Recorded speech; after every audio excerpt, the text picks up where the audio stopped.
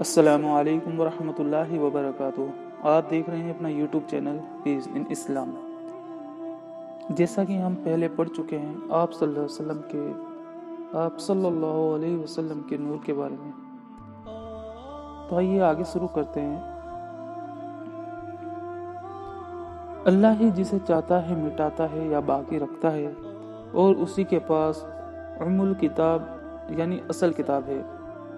چوتھے حصے سے سورج، پانچویں سے چاند، چھٹے سے بہشت، ساتویں سے دن، آٹھویں سے فرشتے، نویں سے کرسی، 10ویں سے نور محمدی کو پیدا کیا، اور اس مبارک نور کو عرش کے داہنی طرف حمد و ثنا بیان کرنے میں لگائے رکھا۔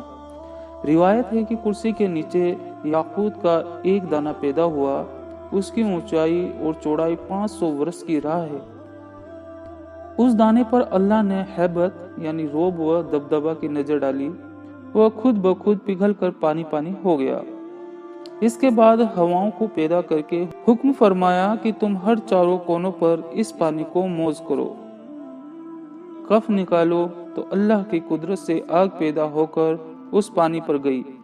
اس کا دھواں نکل کر کرسی اور پانی کے بیچ میں لٹکا رہا۔ اس دھوئیں کو اللہ نے 7 پارہ کیا، ایک پارے سے پانی کا آسمان، دوسرے تانبے کا آسمان، تیسرے سے لوہے کا آسمان، اور چوتھے سے چاندی کا، پانچویں سے سونے کا، چھٹے سے مروارید کا، اور ساتویں سے یاقوت کا آسمان ہوا۔ ایک آسمان سے دوسرے آسمان کا فاصلہ 500 سال کی راہ ہے۔ ایک آسمان سے دوسرے آسمان کا فاصلہ 500 سال کی راہ ہے۔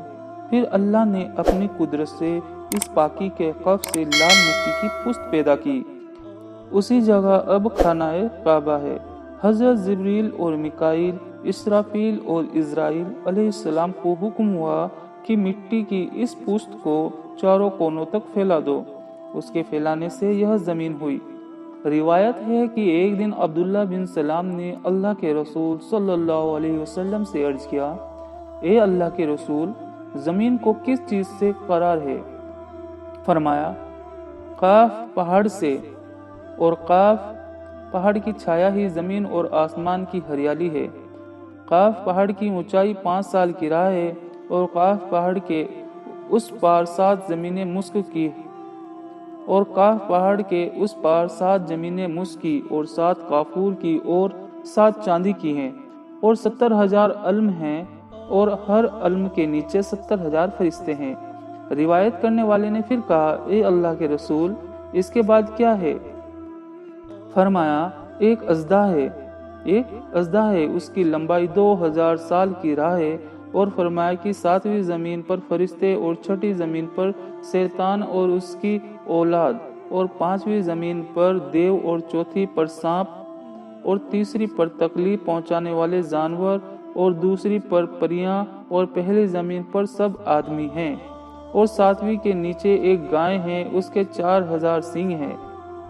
ایک سینگ سے دوسرے سینگ تک 500 سال کی راہ کا سفر ہے، اور یہ 7 طبقے زمین کے اس کے سینگوں کے درمیان ہیں، اور وہ گائے ایک مچھلی کی پیٹھ پر کھڑی ہے، اور وہ مچھلی پانی پر ہے۔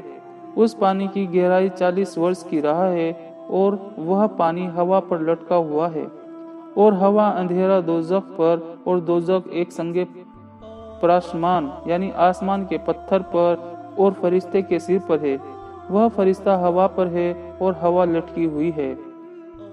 حضرت عبداللہ بن عباس سے روایت ہے کہ تحت الشرع سب سے نچلا حصہ نام ہے۔ تازہ پھول کا وہ 7ویں زمین کے نیچے ہے۔ شرع کے نیچے دوزخ ہے، اس میں ایک سردار ہے، نام اس کا مالک ہے۔ مالک کے تحت 19 فرشتے ہیں، ہر فرشتے کے داہنی طرف 70,000 ہاتھ، اور دائیں طرف بھی 70,000 ہاتھ ہیں۔ ہر ہاتھ پر 70,000 انگلیاں، اور ہر انگلی میں ایک ایک اژدہا اصغر ہے۔ ہر اژدہا کے سر پر ایک سانپ ہے، اس کی لمبائی 70,000 سال کی ہے۔ ہر سانپ کے سر پر ایک بچھو ہے۔ اگر دوزخیوں کو ایک ڈنک مارے تو 70 ورष تک درد سے لوٹتے رہیں گے، اور بائیں ہاتھ کی انگلیوں پر ایک ستون یعنی استمبھ آگ کا ہے۔ اگر ایک ستون हश्र के मैदान में डाला जाए और सब इंसान और जिन मिलकर उसे हिलाना चाहे तो हिल न सके। इन फरिश्तों को हुक्म हुआ कि तुम दोज़ख के अंदर जाओ। उन्होंने अर्ज किया कि खुदावंद ऐसी जलती आग में किस तरह जाएं? जिब्रील ने रब के हुक्म से एक अंगूठी यानी बहिश्त से लाकर उनके माथे पर उससे दाग दी। अंगूठी पर लिखा था ला इलाहा इल्लल्लाह मुहम्मदुर रसूलुल्लाह, नहीं है कोई माबूद सिवाय अल्लाह के और मोहम्मद अल्लाह के रसूल हैं, ताकि दोज़ख की आंच उन पर असर न करे। तब वे 19 फरिश्ते दोज़ख में गए और क़यामत तक वहीं रहेंगे। जो मोमिन माथे और दिल पर दागे मोहम्मद ही रखेगा तो हरगिज़ दोज़ख की आग का रंज और सदमा उसे ना पहुंचेगा। और दोज़ख के 7 दरवाजे हैं, हर दरवाजे के लिए उनमें से एक गिरोह तकसीम किया गया है। उनमें से पहला ज़हीम है, दूसरा जहन्नम है, तीसरा शकर है, चौथा सईर है और पांचवा नसीर है, छठा हाविया है, सातवां हुतमा है। रिवायत है कि एक दिन हजरत जिब्रील को प्यारे नबी सल्लल्लाहु अलैहि वसल्लम के पास वही लानी थी। यकायक ज़लज़ले के सदमे से जमीन और पहाड़ हिल गए और उसके साथ ही एक होलनाक आवाज आई कि चेहरा मुबारक का रंग बदल गया। हजरत मोहम्मद सल्लल्लाहु अलैहि वसल्लम ने जिब्रील से पूछा कि यह कैसी आवाज थी? जिब्रील ने कहा, ए अल्लाह के रसूल, आदम अलैहिस्सलाम के आगे 7000 वर्ष से एक पत्थर 1000 मन का दोज़ख में डाला गया। आज तक वह नीचे चला जाता था। अभी वह कारे हुतमा यानी हुतमा का गड्ढा में पहुंचा। यह उसकी आवाज थी। हजरत मोहम्मद सल्लल्लाहु अलैहि वसल्लम ने पूछा, वह किसकी जगह है? अर्ज किया कि मुनाफिकों की।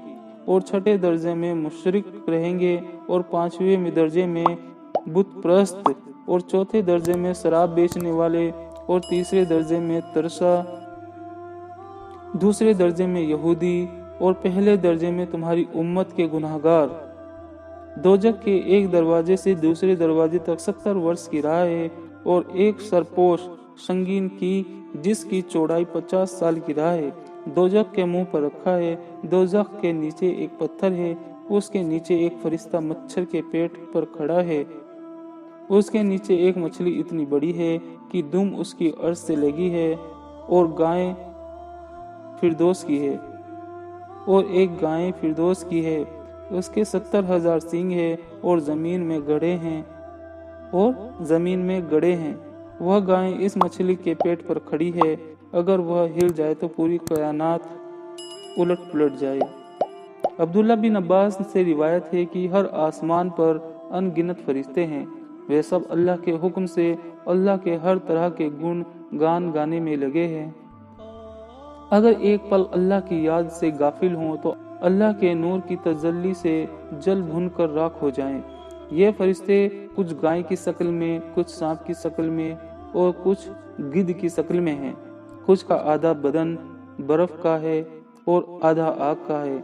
कुछ खड़े इबादत कर रहे हैं, कुछ रुकू में, कुछ सजदे में और कुछ बैठे हुए इबादत में लगे हुए हैं। इस लगातार इबादत के बावजूद क़यामत के दिन माफ़ी चाहेंगे। फिर खालिक ने 7 दिनों में यानी इतवार को अर्श उठाने वालों को पैदा किया।